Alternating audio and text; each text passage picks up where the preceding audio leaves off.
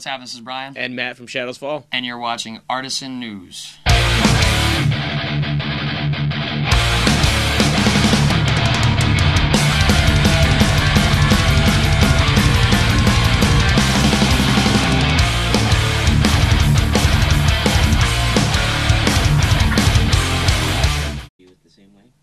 We've always seen ourselves as a metal band.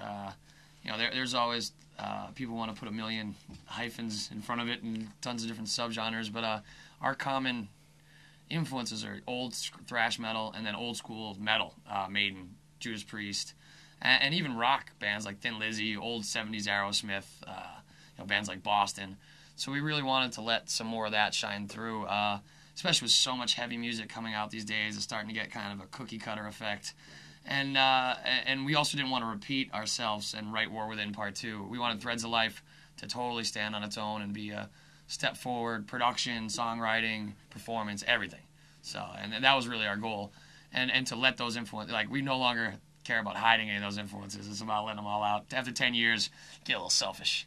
Yeah. Definitely. Oh, absolutely. And also to showcase some of the songwriting as well. You know, there's no longer that kind of need to prove yourself anymore. We all know we can play. We also know when to pull back, and that balance is what it's all about right now for us. You know? I don't think it'll be shocking at all. No.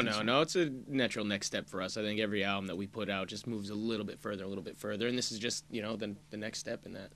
Yeah, there's still the brutal parts. There's still the technical side. We just wanted to put all that in a framework of great songs, and also in the vocal department, we wanted to, you know, really try some new things and sing a little bit more naturally than trying to always be like, well, all right, we haven't screamed enough yet, we haven't done this enough yet, we haven't, you know, had a big melodic chorus. If it was there, it was there. If it wasn't, don't force it, you know. And that was a real key on this, was not trying to put a square into a circle, though, you know. It's all about writing to the song, to the riff, and making the most of it. You know, for me, probably, you know, the ballad, Another Hero Lost, for me was something really different as a singer, because there was that vulnerability factor where there's not the walls of guitar, there's not the double bass to hide behind. You got to kind of let it out, and that can be a little intimidating, but it also was really exciting for me too, you know.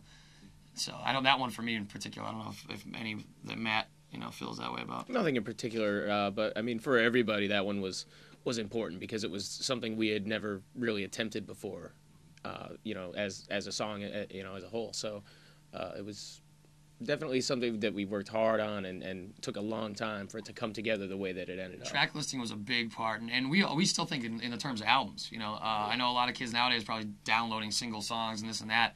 I still think side A and side B. I was like, you got to open with the kick-ass rock tune, then you got to have, you know, that one that takes it up a notch right after it, and then you want to end on a really heavy, you know, on that more somber, you know, ballady moment, and then open the next side with something even more brutal, you know.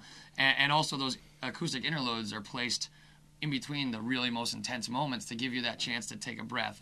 And we listened to it a bunch of different ways, and finally everything fell into place, and we were like, this is the record. It's tough. Yeah. It's tough, especially with us. We've been off the road for a while working on these new songs, so we want to go out and play all of them.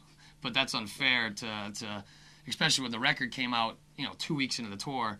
So this is the first time a lot of people are going to hear these songs on stage, so you can't be that selfish, you know. And plus, we still like playing the older songs, but so we had to find a nice balance of the last 4 full lengths, trying to figure out a way. And also, we have multiple tunings, so that becomes an issue, like what song can go into what, and then we're running around changing guitars like maniacs. So we really had to think about it. And also for the Stone Sour dates on the Jaeger tour, we're doing 35 minutes, which for us is tough because some of our songs are 6-7 minutes long. So those ones got eliminated right out of the gates, you know.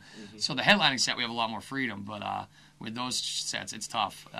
And festivals are even harder. You know, you get a 20-minute festival spot, you're like, what are we going to do? You know? But you find a way to make it work.